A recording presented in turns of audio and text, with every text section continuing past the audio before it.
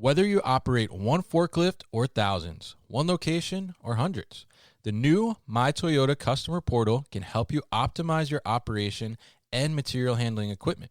This one-stop, free-to-use platform is designed to help you take control of your information and make smarter decisions, all at the touch of a button.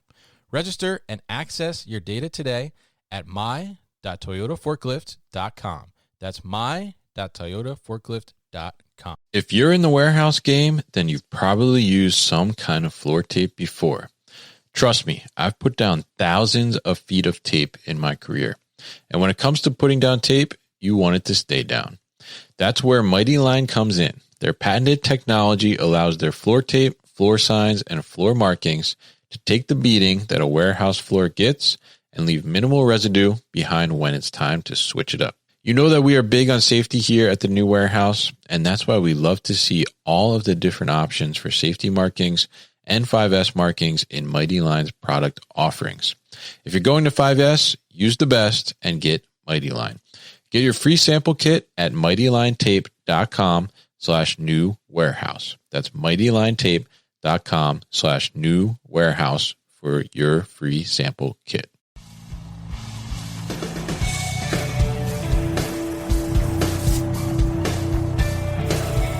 The New Warehouse Podcast, hosted by Kevin Lawton, is your source for insights and ideas from the distribution, transportation, and logistics industry.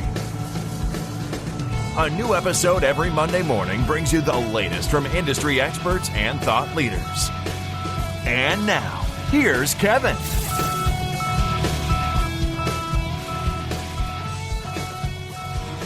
Hey, it's Kevin Lawton with the New Warehouse Podcast, bringing you a new episode today.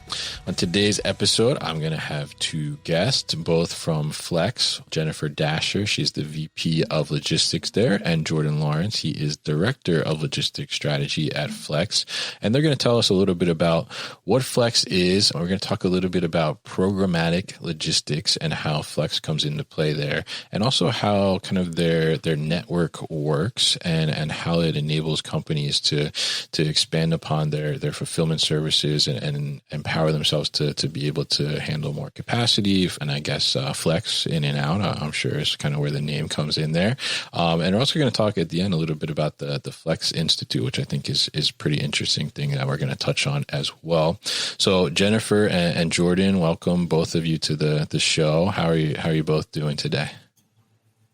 Doing well. Thanks a lot for having us here, Kevin. Yeah, super excited, Kevin. Thanks for having us.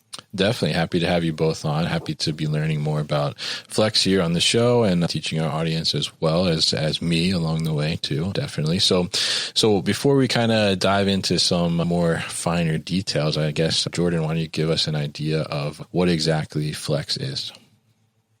Yeah, I think, I'll start at a really high level and, Sure. And as we have the conversation, we'll peel the onion back. But in its simplest form, Flexe is a technology platform, cloud-based technology platform that includes a WMS, warehouse management system. Okay. And we use that platform to web up over 1,000 warehouse operators. And these are everything from your tier one operators that everyone knows, a DHL or a GXO, Right. All the way down to the full gamut of maybe a single mom and pop in one region or a small regional player that has 5 or 6 sites.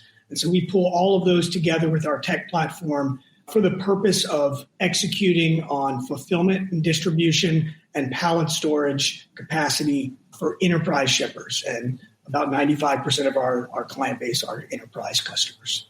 Interesting. Okay. So you're kind of enabling the customer, but you're also enabling operators as well to be able to work with additional customers potentially, it sounds like. Is that right? Yeah, that's exactly right. And Jennifer can probably add on to how that dynamic works as well. Sure.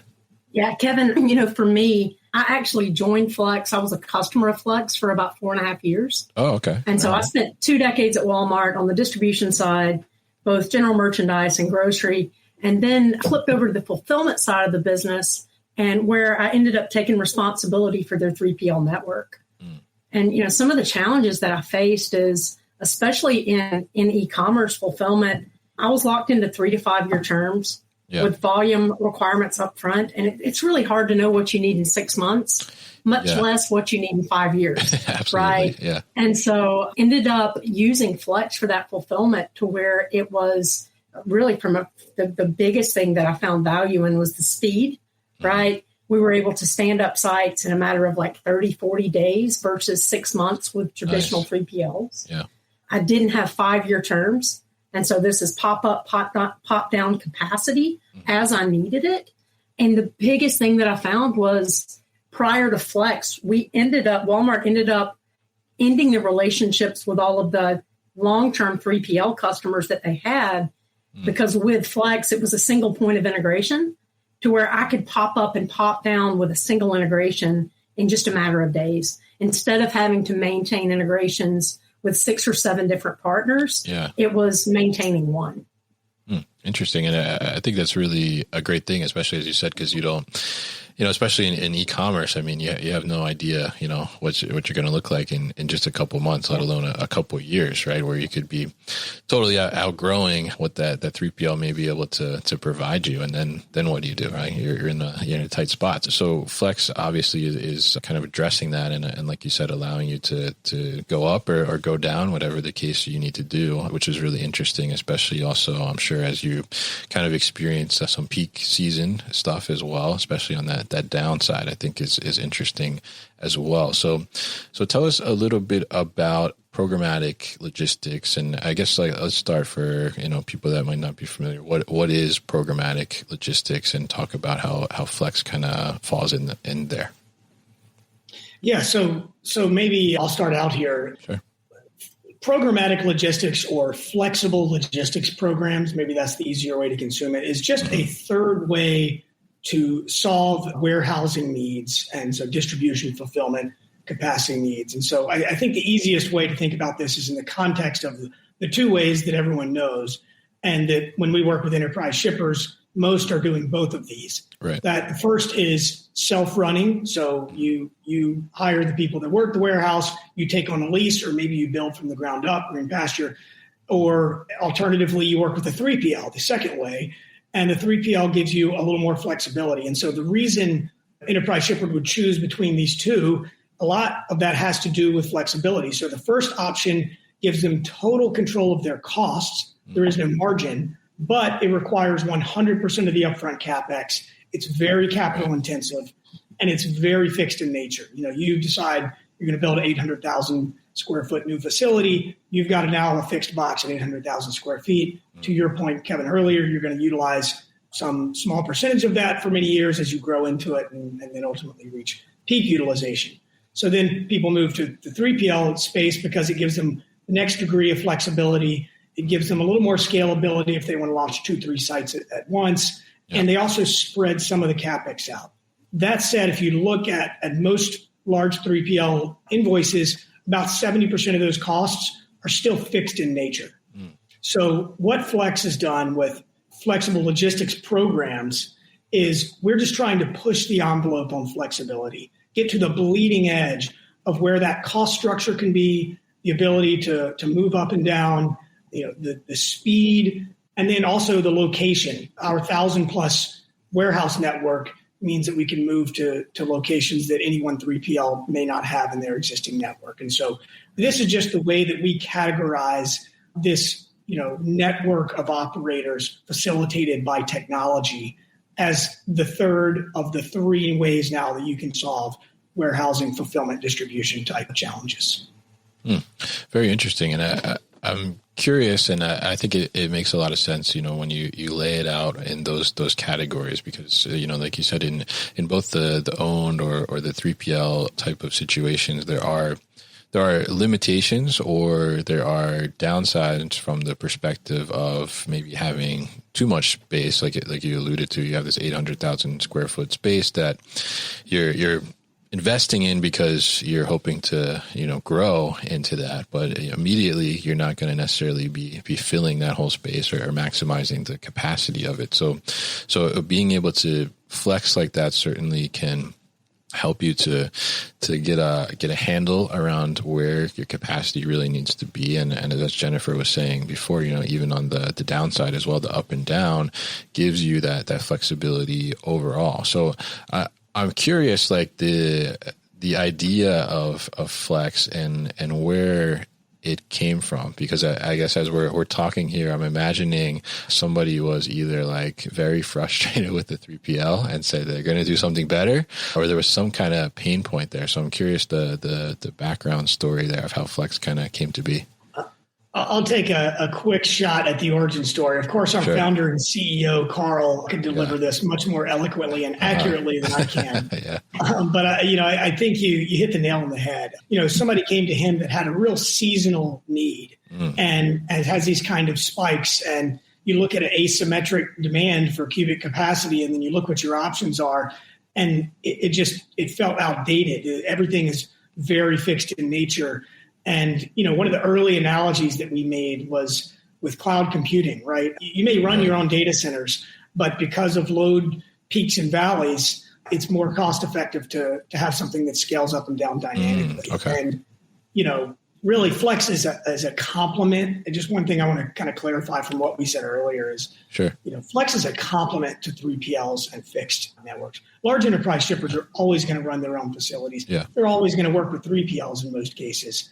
But they play together very nicely when you take volatile business and you put it and you match it with the most flexible solution, and you take steady state business and then run your fixed facility with a very steady load. All of a sudden you get the best cost dynamics out of that fixed facility by pulling the volatility out of it and putting it into a more flexible solution. So that's kind of the interplay of how we work in that whole ecosystem. But answer your question and a little more there. Okay. All right. Interesting. Yeah. I mean, it's definitely interesting because I'm curious about that, because I can imagine like there was some pain point there for the founder, or like you said, you heard from somebody, that they were having some issues there to try and figure it out. And it makes total sense to have it in the mix to be able to, like you said, handle that volatility and really kind of take those high, what can be, some points, the high stress levels for what you may be able to handle in your warehouse or your typical 3PL might be able to handle, and then flex it out to these other providers. So you mentioned a couple times you guys have like 1,000 warehouses, right, that you work with, which is a very large network, right? So talk to us a little bit about how that network works and how that's gotten built out. And I guess too, I'm interested to hear, how it's so wide ranging, like you said, from the mom and pop all the way up to like a DHL and things of that nature. We'll be back after a quick break. You hear a lot about supply chains these days, because if the past couple years have taught us anything, it's that an efficient, well-managed supply chain is absolutely critical to keeping businesses successful and consumers happy. I'm Will Haywood, and I host a podcast called All Business, No Boundaries, where we talk about supply chains, how they work, what happens when they don't, and the innovations that are redefining what's possible in the world of logistics. Join me for insightful interviews with thought leaders and industry experts. We discuss how optimizing supply chains can break down the barriers that are holding businesses back. That's All Business, No Boundaries by DHL Supply Chain. Listen and subscribe wherever you get your podcasts. Yeah, Kevin, I'll take this one. Sure.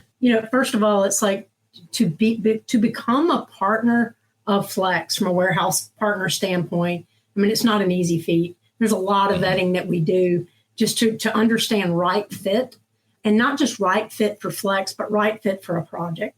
And so a lot of work goes into the vetting process to ensure that we're delivering consistent results. Okay. And so a lot of our warehouse partners, Flex is not the entirety of their business. And so you may have a building that's 200,000 square feet that they have 50,000 square feet available.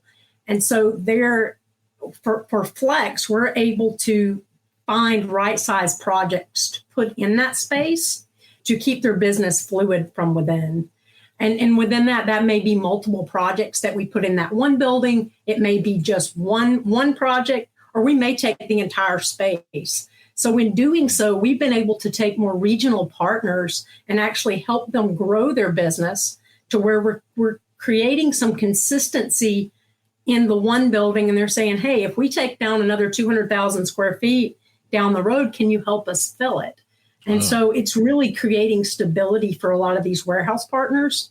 And they're really committed to the partnerships that we bring with the customers. I think you mentioned earlier, a regional partner may not be able to go out and grab business from Walmart on their own. Right. And so the part of the attraction from warehouses to want to work with Flex is it also enhances their reputation.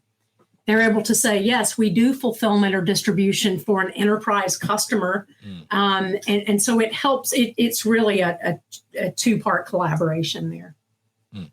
Interesting. Yeah. I think it's great that you guys are able to, like you said, now help these other businesses like fill space that they may have just sitting empty, and generate some revenue from there.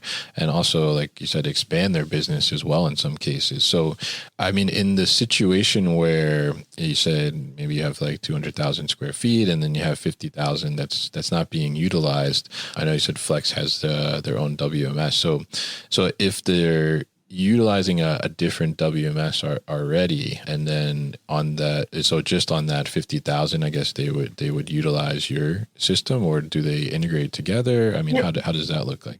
They would. It's a standalone technology. Okay. But the thing that's great about the Flex technology is it's very user friendly, and so in a lot of WMS systems, it may take several days to train someone on a function. Right. Whereas our system is very user directed. You can bring someone in and literally within a couple of hours, they're picking, packing, shipping product. And so it's just it's the ease of use that really helps those providers find value, that if they do have high turnover in their building, they're not wasting a ton of training on the upkeep for labor. And then we also see some partners that if it's super high surge volume to where you're going from 10,000 units a day to 30, they may actually want to lean on temp work to be able to supplement their labor. And so they're able to bring additional labor in, and the training is very simple, and they're able to put people to work within just a matter of a couple hours. Yeah, let me just tack on something here too, because I think, Kevin, backing up, you did ask about how do we have 1,000 plus operators, and it's actually well north of 1,000 today. Okay. And there really is no friction for us to identify a new operator to be in our network. So we do a technical integration with a client ERP. So, like the SAP, Oracle, we're doing API, EDI integrations directly with their ERP. However, on the warehouse provider side, we are shipping them Zebra-based scan devices, and they're logging onto a portal on the computer that's cloud-based. There's no integration that has to happen there. So from a technical side, there's nothing that stops an operator from coming into our network. Now, on a project-by-project basis, to Jennifer's point, we do a lot of vetting. We take a scope and we say, hey, look, this operator has a great ability to do each picking, e-commerce, fulfillment, whereas some operators, maybe they're more pallet in, pallet out, distribution, et cetera. And so we're doing that identifying and vetting, and we're databasing that information. But as far as a new operator joining our network, there's really no friction for that to happen. That's how we've been able to scale the network so quickly and so effectively. And, from an enterprise shipper perspective, again, just to kind of repeat this, enterprise shippers have a universe, or had a universe, of about 10, 20, maybe 3PLs they could work with. Right. These are 3PLs that are very large scale. They're household names. They're all across the country. And those 3PLs, in a way, had a competitive walled garden where they didn't have any other competitors except for themselves. Yeah. And the barrier to entry to get to that scale is extremely high. Oh, yeah. It takes, decades and tremendous capital. So we have really unlocked this massive, there's thousands of additional sites that don't fit this tier 1 top 20 3PL mold, that were really completely removed from the equation of capacity for enterprise shippers. And so we have really cracked the market wide open in that space. And so that's one of the really powerful things that we have done, is connecting supply and demand in a seamless way, and in a way that it was just not able to connect previously through a cloud-based technology. And, if you look at something like transportation brokerage, this has happened for 100 years. The reason it didn't happen in warehousing is because you needed a cloud-based tech. It required the cloud to be able to scale this up and down and bring operators under a network seamlessly. And so that's just a little more color about how our network is composed and really the purpose that it serves. Interesting. And I think it's incredibly smart way to be able to tap into, basically space that's out there and that could potentially be utilized and capitalized for not only the operator, but also for brands looking to handle higher than normal volume or special projects or something of that nature, or getting into like a specific region that maybe they don't quite sure about and they want to test or something of that nature. I think it's a really smart solution. So I'm curious if I'm a brand, right, and I have something coming up where I'm going to see like a spike in volume or a seasonal spike or something like that. I mean, how long does it take to get me into one of these 1,000+ operators to handle that? Yeah, Kevin, it can vary. I think it comes down to the complexity of the project. Okay. We've had capacity deals where, hey, I need to store 10,000 pallets, to where we've talked on a Friday, signed a contract, and trucks started unloading on a Monday morning. And so just super lightning fast.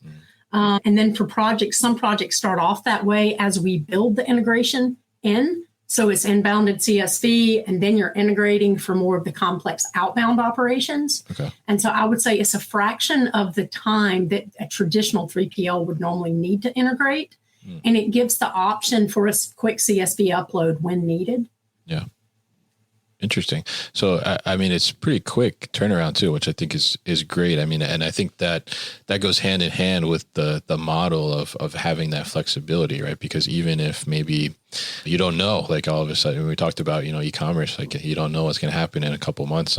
Sometimes you don't know what might happen in, a week ahead of time or something. Like maybe you all of a sudden have a new brand and you get featured in some news outlet or something, and you just see this crazy spike in volume and you need something quickly to handle that and fulfill that. And, being able to have something kind of in your arsenal of tools like Flex, I think is definitely a great thing to be able to do there. Now, I'm curious from the operator's perspective as well, if we have some independent 3PL operators, warehouse operators listening out there, how does it look for them to kind of get into the network, and what's the timing on being able to do something like that and start to leverage the Flex as a tool for them to get more business too?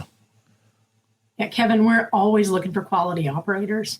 This can be in a matter of weeks, putting business into a site.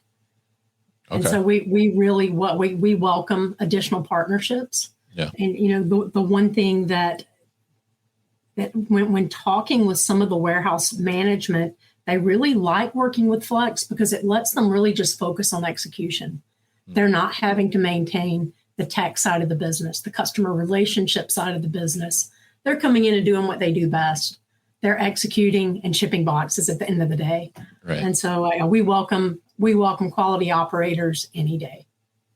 Okay. All right. That's out there now if any operators are listening. So any day, right now, today, you could apply, right? So a very interesting, definitely tool and model on being able to not only help brands, but then also help operators as well. I think anytime where you can find kind of a win-win for separate parties, is a great thing. So it's really interesting what's kind of being built out here, and also as expanded so rapidly to 1,000+ operators. That's pretty remarkable and incredible. And being able to tap into that as a brand, especially as I'm thinking of brands that are growing and starting to scale and just kind of starting out, being able to have that flexibility in where they want to fulfill from and do different types of things is a great asset to have, right? So, if we look at Flex, and I was looking around on your website a little bit, I saw this Flex Institute, and I'm very interested to hear about what is the Flex Institute and what can people find out there.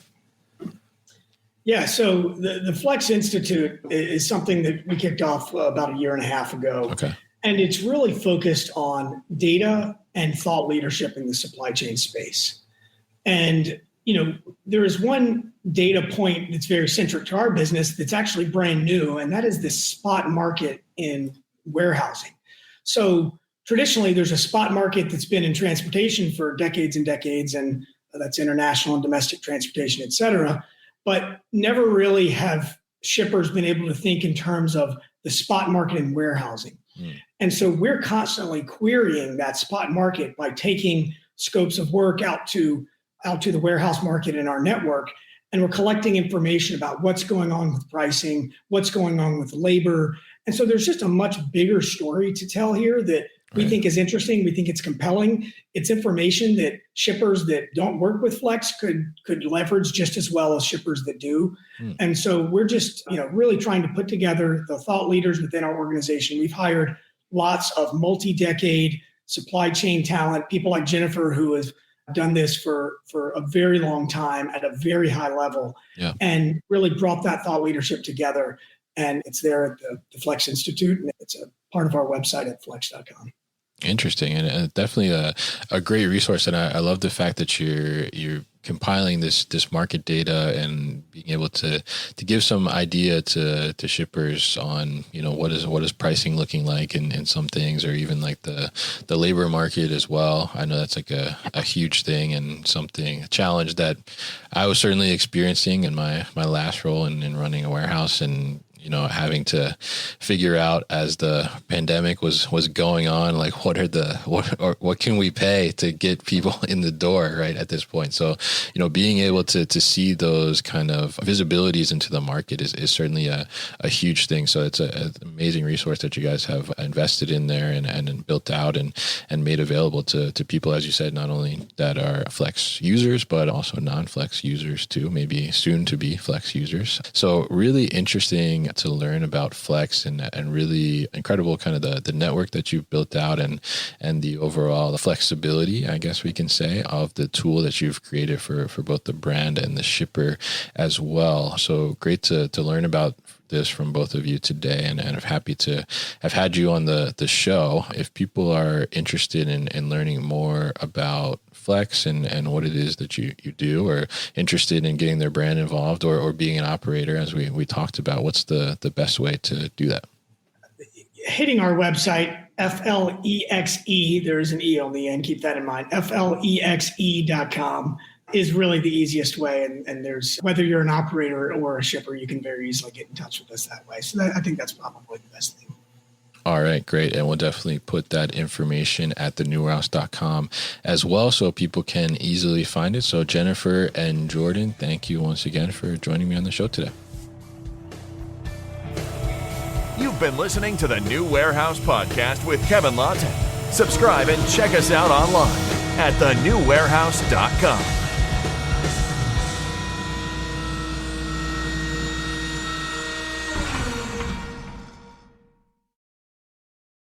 Thank you for listening to this episode. If you want more content from the New Warehouse, check out our new video series called All Hands on LinkedIn. Just search for the New Warehouse on LinkedIn and follow along.